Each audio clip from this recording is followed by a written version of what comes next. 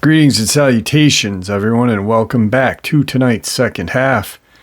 Before we get into tonight's second half, a couple links. As you know, I rely on Patreon, PayPal, and my merch to help the channel to continue to grow and go. The links to Patreon and PayPal are in the description below, my merch displayed directly under the video. Also, Dogman, Frightening Encounters, Volume 1 through 3, the audiobook versions. They were written and researched by Tom Lyons, narrated and produced by me, Jeff Nadolny. Those audiobooks are available on Audible, Amazon, and iTunes, the links to which are also in the description as well. And finally, last but definitely not least, if you'd really like to help support this channel to continue to grow and go, simply subscribe, click that like button, and please leave a comment. It really does help, and guys, it definitely matters. Now, everyone, I have taken far too much of your time. Let's get on with tonight's second half, shall we? Tonight's first encounter. I grew up with my grandparents in a quiet suburb outside of Washington, D.C., and our house was only a few hundred yards from a large park called Sleepy Hollow Woods. I used to always play in those woods as a child, alone or with friends, and never had any issues. I loved the outdoors and explored the woods thoroughly. However, I would never stay out after dark, of course. My mother grew up here as well, and would always tell stories about those woods and believed they were haunted. She had plenty of creepy things happen to her. For instance, when she was younger, they had 2 family labs. They were super friendly, and my mother and uncles would walk them through the woods all the time. One time, my mom was walking alone with the dogs around dusk, when she came across what she describes as a ripped-off deer haunch lying covered in blood in the middle of the trail. There were no other deer parts or body or blood anywhere to be seen, just this random bloody leg. She described it as having the appearance of being ripped off, definitely not cut. Obviously freaked out, she took the dogs and just started heading for home. All of a sudden, near the exit of the park, the dogs completely freeze in their tracks and just start growling into the tree line. This was very unlike them, as they were super friendly with both people and other animals, and were quite large and really never feared a thing. However, as my mom kept trying to pull them along and see what they were growling out at, their tails went behind their legs and they started to whimper, refusing to move forward. It was then my mom said she saw a large, almost 8-foot dark figure with glowing red eyes between the trees staring right at her. She immediately turned around with the dogs and fled, taking a different exit out of the woods. My uncle has also said he had seen the red-eyed giant before as well, but never with a clear view, always a silhouette. Keep in mind, there are no bears or anything of the sort around here that could or would do that to a deer. On another occasion, some years later, my mom recalled walking our old golden retriever near those woods. Again, the retriever was the sweetest dog in the world and loved everyone. But my mom came across an old creepy lady feeding and talking quietly to some wild rabbits on one of the trails. Immediately, our dog starts growling at the woman, something my mom has never heard her do before. My mom immediately apologizes to the lady and walked around her with the dog tugging at her. As she continued to walk, she came across a circle of rabbits all standing perfectly still, just staring at her. My mom promptly ran home. My mother and uncles have other stories, but I always thought they were full of crap, either just imagining things or making them up to scare me, since I've played in those woods so many times and never had an issue. However, my older brother used to go on nightly walks through those woods, and he told me he had seen the red-eyed monster and other mysterious creepy encounters.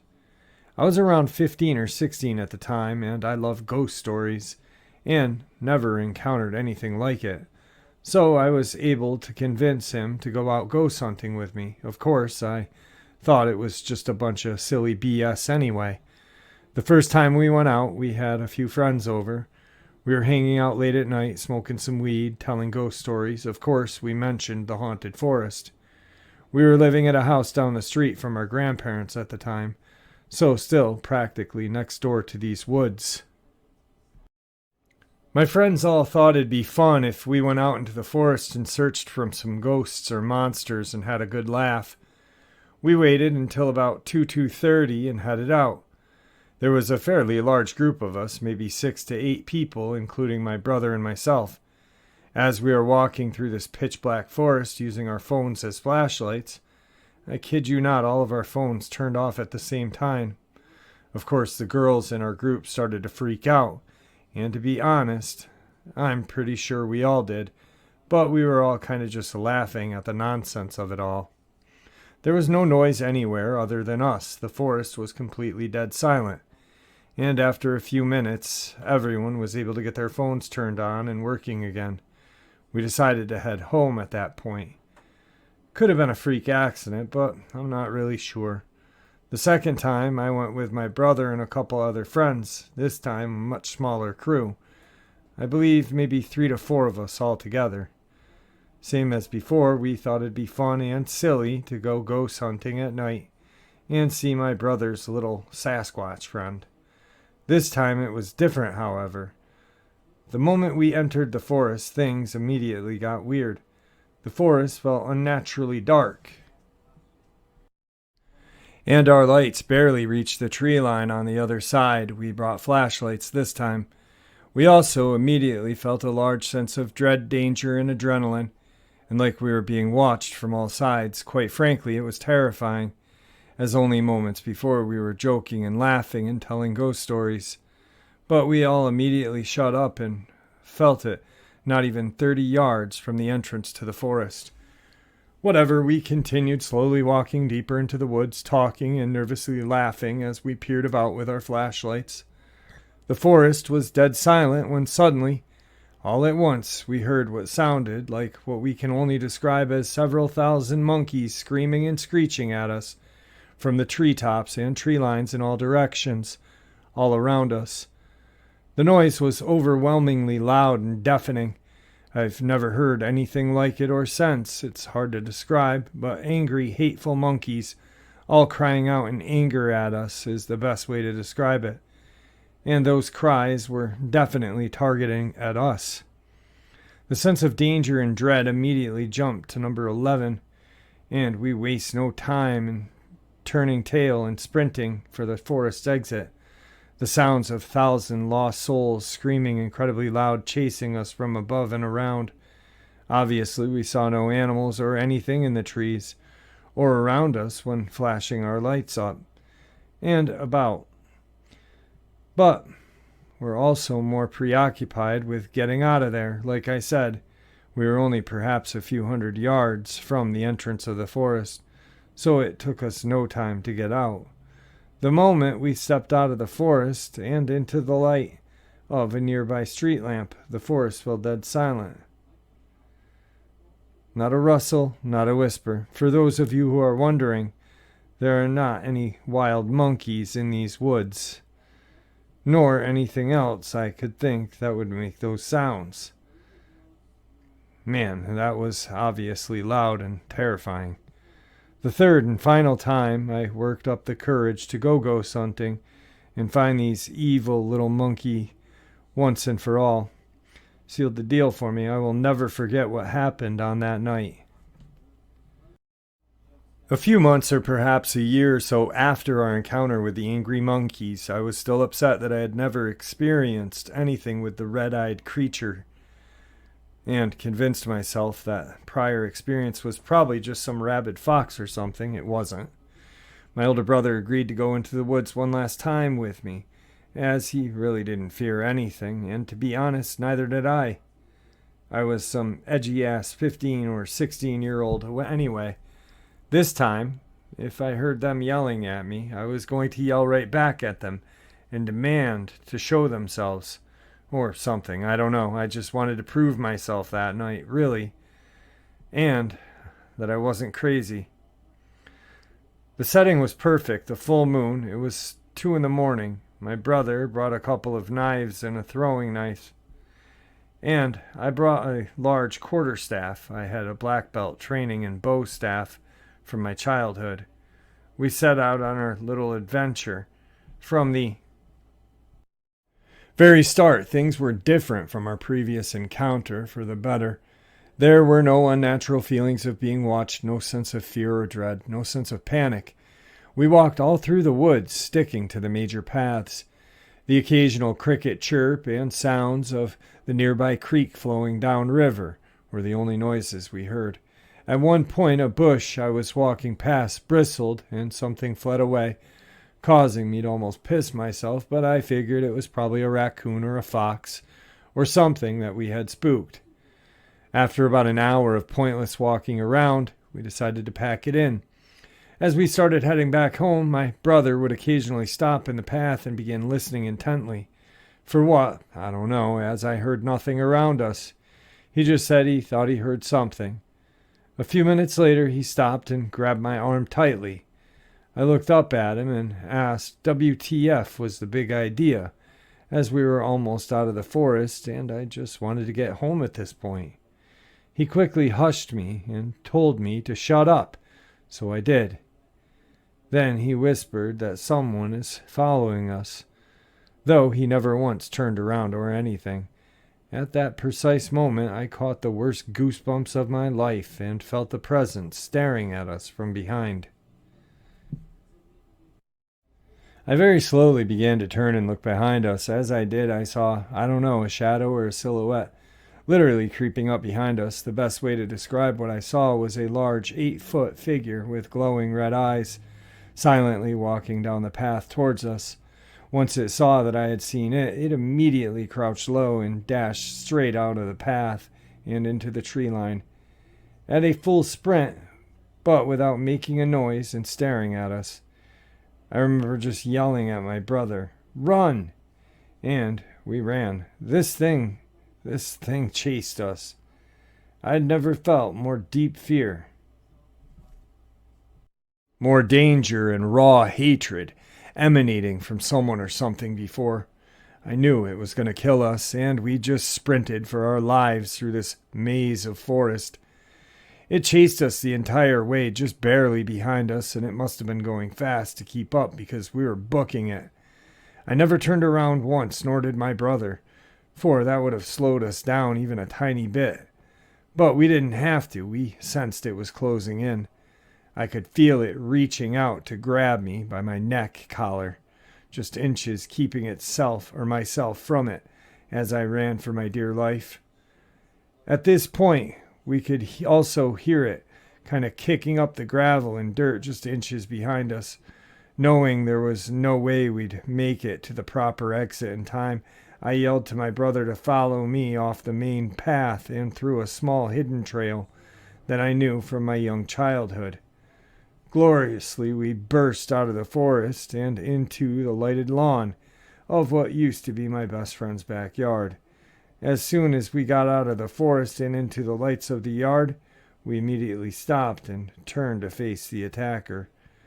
But it just stood there, just out of sight and in the tree line, menacingly glaring at us with hatred and animosity. I never got a good view of it, not like I had when I saw it the first time on the trail creeping up at us, but I could sense it was there, and almost barely see a large, almost 8-foot figure shadow moving amongst the tree line, staring us down. Full of adrenaline, I yelled at it to come out into the light and fight, instead of creeping around like a sissy. I had my staff out in front of me, and my brother had a knife in each hand, and we were prepared to defend ourselves. Suddenly, something hit me in the chest. Stunned, I looked down and saw a few pieces of gravel from the main path we were on earlier, standing at my feet. It threw it at me. My brother saw it as well, and immediately threw one of his knives into the forest from where the rocks had come, and we turned and ran home.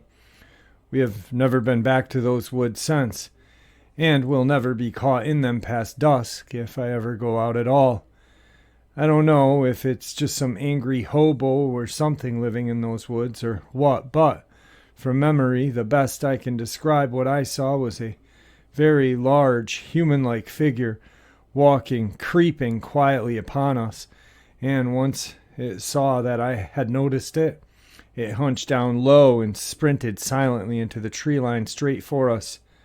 I have never felt such danger or hatred in my entire life. I know for a fact that whatever or whoever it was, it meant to harm us greatly. I've since heard stories of crawlers and other such things, and perhaps this was an example of one, I don't know. But my brother swears on his life that he didn't set it up for someone to scare us, and that he was just as terrified at the time as I was. Oh, he never did find that throwing knife. Dumbass actually went back to look for it in the morning. Unfortunately, my brother never got to see it. He said he heard and sensed it following us, but he never got a good view of it. Anyway, I don't know what we dealt with in the forest, but I highly recommend everyone to stay far, far away from it at night. And yeah, for the skeptic, I can agree that it's unlikely that it was a person. In fact, I'm certain it wasn't. I've always thought and referred to it as the creeper. And yes, it did have glowing red eyes. Tonight's second encounter. This is my first paranormal or experience, encounter, whatnot. I spent the night at a friend's house. We'll call him Sam and Bob for privacy reasons. It was Sam, Bob, Jeff, and myself. Sam and Bob are brothers. Anyway, Jeff and I had come over and brought our dirt bikes, so naturally we spent the day riding. We also went to the store and picked up some fireworks to let off at night. We had to quit riding at around 7. Keep in mind, this is eastern Kentucky in the middle of the woods and farmland because Sam and Bob's family are loaded with money. Since we had finished riding, it was getting pretty dark, we decided to light some fireworks. We had been lighting some small firecrackers and fountains and whatnot.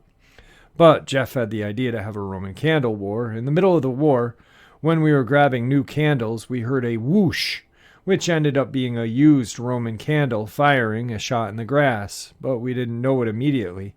And Sam made the comment that it was probably a wendigo, unto which Bob and Sam got into a huge argument about if wendigos live in Kentucky or not. This blew up and ended with a resolving pillow fight on the trampoline. After we were all gassed out, I decided we should all spend the night on this trampoline.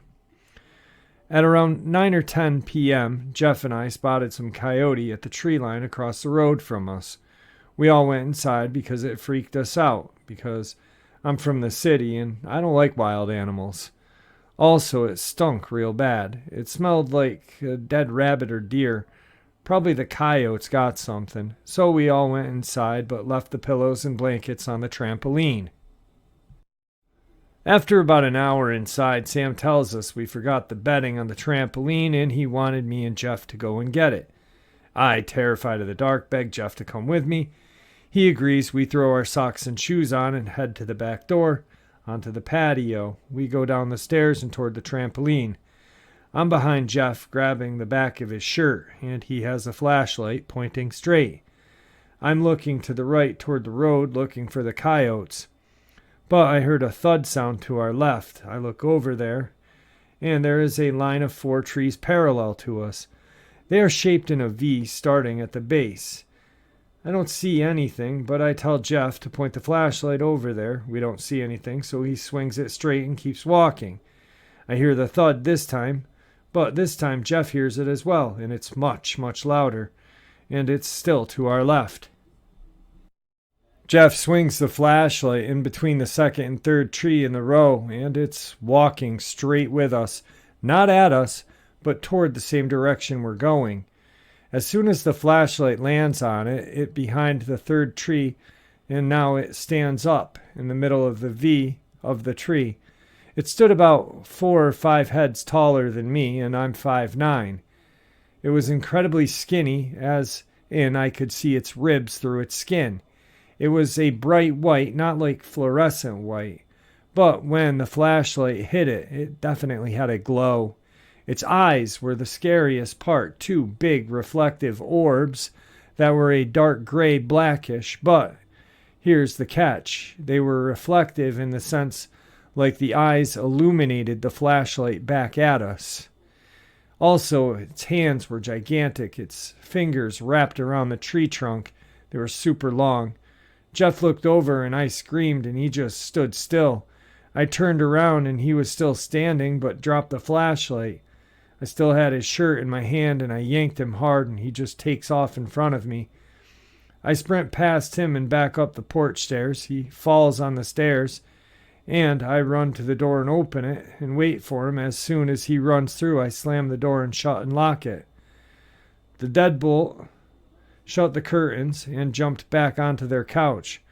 Sam and Bob were putting their socks and shoes on when we ran inside because they had heard me scream my lungs out. Jeff is standing on the couch and he starts babbling and tells them what we saw. I start hyperventilating. I have anxiety and asthma, and not an asthma attack. I haven't had one in years.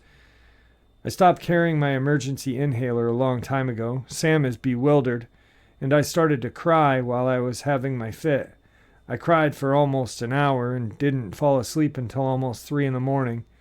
I woke up and packed and called my parents to come and scoop me up. Tonight's final encounter. This happened 14 years ago. My boyfriend and I went to a graveyard one night because he had told me a story about he had seen something there. He didn't really want to take me, but I insisted. He said he had heard stories about this place, and if you go back there and sit every night, you'd eventually see it. He said he had finally seen the thing himself on the 3rd or 4th consecutive night visiting. It's like a man-like and a gray being an alien, but he had only caught a glimpse of it and never went back afterward. I remember him saying he had car trouble when it appeared as well. Well, I couldn't resist. I wanted to see it for myself. On the 3rd night we saw it. We were sitting in the dark with the moon being the only source of light. Man, we were dumb. And we both suddenly got a creeped out feeling for the first time since we had been there. We changed our minds about the whole thing and decided to leave and never come back. But, lo and behold, the car, my car, that has never had any trouble before, and not again for the years after this incident, would not start. My boyfriend was driving that night and kept trying, and it did eventually start up. When the headlights came on full force, we saw it standing right in front of the car.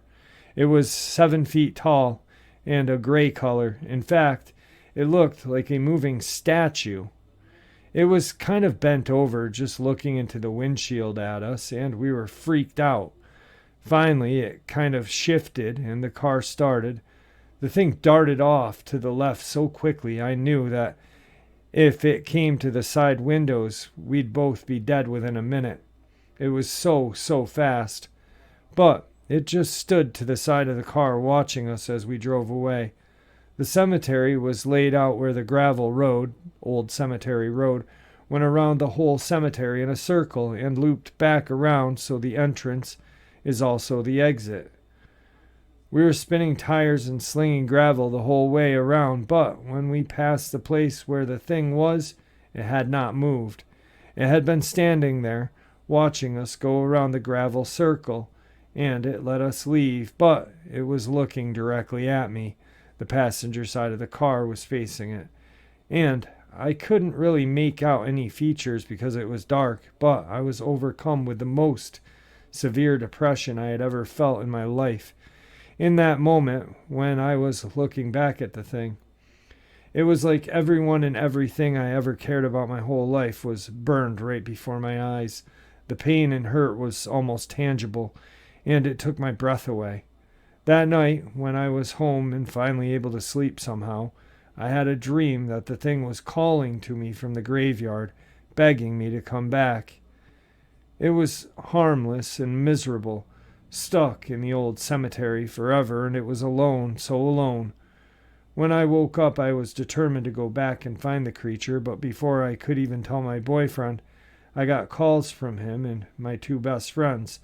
All 3 of them had nightmares where this thing had brutally murdered and mutilated me. The 2 girls who called me didn't know anything about the graveyard incident the night before. It was so late when we got back home, I didn't tell anyone about it. I just went to bed. My boyfriend dreamt that I had gone back to the place because I felt bad for it, so he drove me out there. When he got there, he found the thing ripping me apart, tearing me open. For a long time, I had dreams about it, saying, "I won't hurt you. Please come back and help me. I'm suffering." And for a while, I had to fight the urge to go back, even after 3 people told me about their nightmares. The pill isn't strong at all anymore. I guess it faded with time and kids and adulting, but I do think about it often, and I do kind of get a little itch to drive through. I don't know. It would be dumb as hell, but there's always been a little nagging voice that whispers about the thing we saw that night. It had a masculine physique, but no genitalia, and its eyes were completely black. No iris or pupil or anything, just black, inky nothingness. I've been searching all of these years, but only pics I've seen that look even remotely like it are, well, I don't know, wendigos, but not the ones with fur or antlers, just the grayish humanoid sexless thing. The best way I could describe it is actually it looked like a statue to me. All right, guys, I'd like to thank you all so much for all of your support. It truly does mean the world to me. Please, everyone, stay safe, stay healthy, and may the Great Spirit watch out for us all and guide us down that path that we call life.